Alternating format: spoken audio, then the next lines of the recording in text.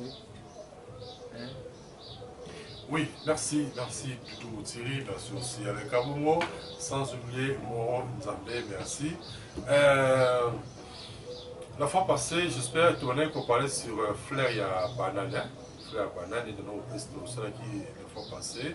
Dans l'ingalo côté un peu dans détail à moi, maladie soignée par là. Quand tu sais maladie soignée, mais tous en bas, moi de traitement parce que mon rubrique pour il était très à un mois qui est pour t'avoir moi de traitement parce que ce que tu vas y voir. Flair ya banane, ils ont rose, hein, rose. Alors, ce qui nous avons suivi au moins l'illustration pour comprendre. Alors, tu sais que fleur banane, même à la Congo, il y a d'autres provinces où il y a l'air Kayamou. Il y a côté Équateur, il y a un peu fleur banane. Alors, on avait dit que fleur banane, c'est bien pour les anémies. Hein, pour la banane, on va se la mettre pas en bamba, bien mon dossier, pour ne pas parler seulement les bananes, mais mon colo. Alors, on avait dit quoi? On avait dit que mon fleur banane, ils ont la fibre. Ils sont riches en fibres. Et puis, ils ont la teneur élevée à fer. Flair, la teneur élevée à fer. Des ascosaux, ils ont la production de globules rouges. Ouais. Alors maintenant, le globule rouge, ils ont ça qui est augmenté niveau, il y a hémoglobine, il y a hémoglobine. Voilà. Alors c'est ça un peu la fleur, il y a banane. On a reçu comment on peut le faire. Hein? On a l'avantage. Et puis j'avais aussi dit que ça peut bien aussi pour la diabétique. Hein, pour la diabétique, bon, l'immission c'est la vie au côté de la guerre, mais par rapport à quoi non. Déjà la rubrique précédente, tu peux dire vitamines, propriétés, fleurs et bananes. À tout côté, pour la mode de traitement, parce que tant exemple qui est. Alors, pour les diabétiques aussi, la consommation régulière, il y a fleurs, il y a bananes. Ils ont réduit le niveau, il y a cycle. Ouais, ils ont réduit le niveau à cycle dans le niveau dans sang. Et puis ils ont maintenu aussi tout, il y a insuline. Ils ont réduit le niveau à cycle dans la et puis ils ont maintenu tout, il y a insuline. Comment on le fait? Sois calme, je vais vous expliquer comment on peut le faire. Hein? Alors, maintenant, pour la dépression, pour la cas, du tout, on a bien. Depuis que tu as émission, quand alors, comme pour la ça, pour la dépression, on a une bonne humeur. Alors, pour la dépression, tu es dans la haute teneur en magnésium, fleur, il y a banane. On a la teneur élevée en magnésium. Deux salariés maintenant qui a quitté mon humeur pour que la personne ait une bonne humeur. Aux la détendue. Vous voyez, donc c'est ça un peu. Alors, maintenant, pour les femmes, on va mettre ça. Pour la basse, ma maman, on va mettre ça. Fleur banane, ils ont très bon aliment. Ils ont permettre de stimuler la production de milk. Ils ont stimulé la production de milk. Et puis, ils ont permis aussi de réguler. Parce que le problème est ulcère. Moi, je suis ça peut, mon le renvoi, et bien le vimbi, tout qu'on sort. Mais là, ils ont réglé aussi pour il y a ulcère chez la femme aussi. Pour aussi, il y a hypertension chez la femme. Et puis, pour il y a pour éviter la maladie rénale. Et puis, sans oublier aussi, ça va permettre de mettre les cas très bien. Comment utiliser? Vous comprenez? Comment utiliser?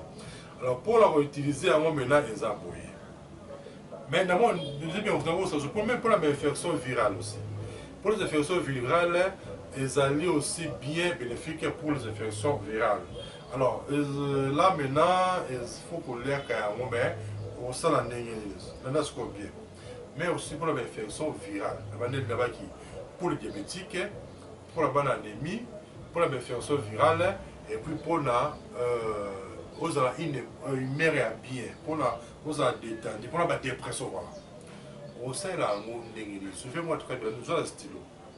Mais entre-temps, le rose de l'ébullition peut-être, le qu'on a le lot, il va toujours que, toujours c'était. Le rubrique, ça a un ramoqué. Mais il y a un raboué, mais il y a un livre. Il y a un livre, on est dans le cabinet, il y a un cabinet dans la carte, il y a Carrefour de Gênes.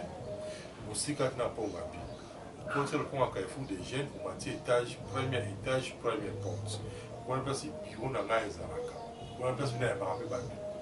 On a place la caméra particulier, on a un cabinet. Mais on est gros sur ma livre, pour la moi livre, on sur ma livre là, on sur ma syllabus, on bien sur ma tina salaki. Parce que dans le livre ça, ma mode de traitement à toutes les maladies, et puis ma mode de traitement à la sommaire. Toutefois, pour la reçu ma petit, on reçoit même petit dans salaki. Parce que d'abord bien que ça, si on a tendance à mettre à l'autre côté infection pulmonaire. À d'autres côtés, kosu, à d'autres côtés, mauvaise haleine, à d'autres côtés, il y a motu passi, pour ma constipation, à un multiplié pourcentage de superme dans la mobilité. Et pour ce qui est là, on a combattu autour de ce qu'on a. On a la cabinet pour sauver. C'est pourquoi j'avais dit une chose que, si on a dit que on a tout en face à Covid-19, cela n'a rien à péter. Parce que je vous avais dit la fois passée que ceux qui venaient soit congolais, ils ont des maladies. Parce que nous avons presque tout, mais sauf que manque seulement la connaissance. On nous a voilé. Je vais dévoiler du saut. Et commence trop tard. C'est ça un peu. On a dit, numéro 081 81 14 3 6 5. 081 81 14 3 6 5. Alors, maintenant, mode de traitement, maintenant, on a fleur à banane. On s'en va. On suit d'abord fleur à banane, au 400 Mickey. Même mon son ministre, quand on a fou, quand on Mickey, fleur, mon coca. Je suis à peu près la couleur. Fleur, moi que je vais trouver ça, mais la couleur. Alors, quand on a fleur, quand on a on a 1 litre et demi de maï. Donc, litre moko na katikati. Donc, 1 litre et demi de maï. On toki si pendant 15 minutes. Je reprends. On a fleur, il y a banane. On a alors, jusqu'au maï, il y a 1 litre et demi. Na moto makasi moto muke et tu malembe pendant 15 minutes. Alors ce que c'est tout ça, un verre le matin en général, un verre chaque jour pendant une semaine. On peut me pendant une semaine encore au renouveler à moi. Du coup, s'il vous plaît, quand je donne des recettes à Awa, pour le coup là-bas, vous savez, monsieur Adaka, oh, qu'est-ce qu'il t'a donné de raconter? Alors, quand on commence à faire est-ce qu'il s'est. Alors, pour faire tendance, au sein de l'émission, on est là, ça, on est comme trop tard. Donc, quand je fais l'émission aussi, profitez, oyez déjà. Quand on voit l'histoire, comme on a eu, on a recruté. Maintenant, pour réguler maintenant le cycle menstruel, là, maintenant, il faut manger la fleur de la banane. On va l'ambier, je vais faire l'ambier bien. On l'ambier ensemble, bien au saliboué. Aux yeux fleurs à banane, souvenez-moi. Aux yeux fleurs à banane, on l'ambier en haut. Bien tout qui sont moi. Soit ceux qui ont tout qui sont moi, on a yaou ou bien les cailles. Tout qui sont ensemble. Comme il est corps mon non. Alors si maintenant, comme il y a un mot. On a un mot régulièrement. Ça va jouer le rôle de la stimuler l'hormone progestérone dans toute la hormonie. Dans la Bible, on dit yaou, soit les cahiers. Dans une fleur, il y a banane, cuit. Cuit, parce que dans le féminin, cuit. Quand on dit cru, na cuit. On a souvent lamba, on l'a mis en haut, jusqu'au yaou na yo. On s'en dit que c'est mon pâte, soit les cahiers, c'est mon pâte. C'est pour permettre de réguler les hormones et stimuler, voilà. Et stimuler les hormones, il y a progestérone, de façon qui est réduire pour il y a saignement. Question que je dois poser qui y a règle. Question que je dois poser qui y a par rapport il y a obésité, comment on peut diminuer. Mais il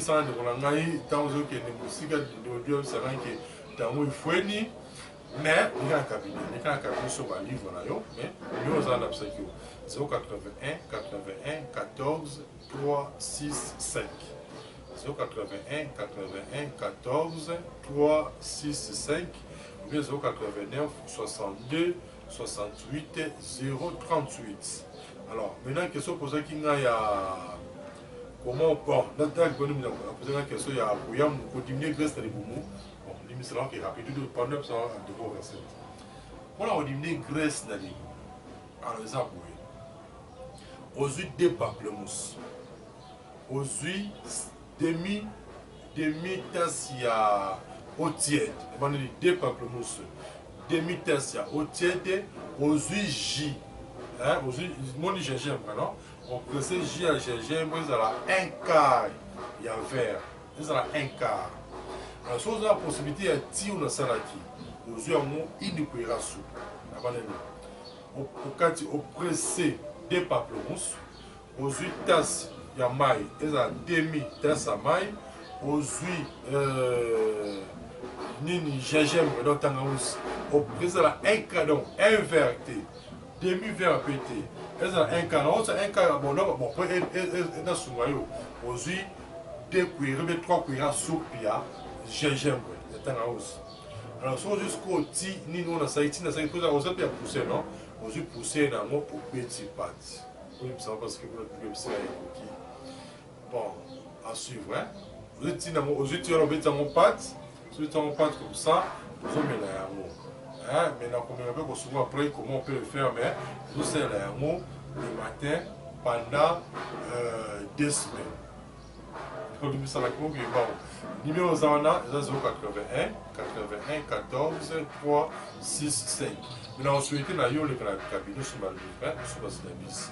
Parce que ceux qui ont raté en Italie, c'est le moment de l'année de non. France pour la passe sanitaire. Et puis Italie pour la passe sanitaire. Donc, comme moi, il y a des gens qui nous basculent. La France est commis, déjà. Ceux qui ont eu tomaté. Au côté de manger, au côté de soigner au pété.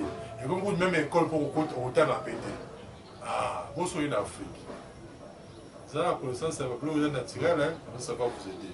Vous avez qui a vu nos Athanase Mzolo Kabeba. C'est le PC, merci à Thierry. Et puis, Alain Kabomo, sans oublier, Engambe CCTV, Yemeye, Moro, Mzambi. Prochainement.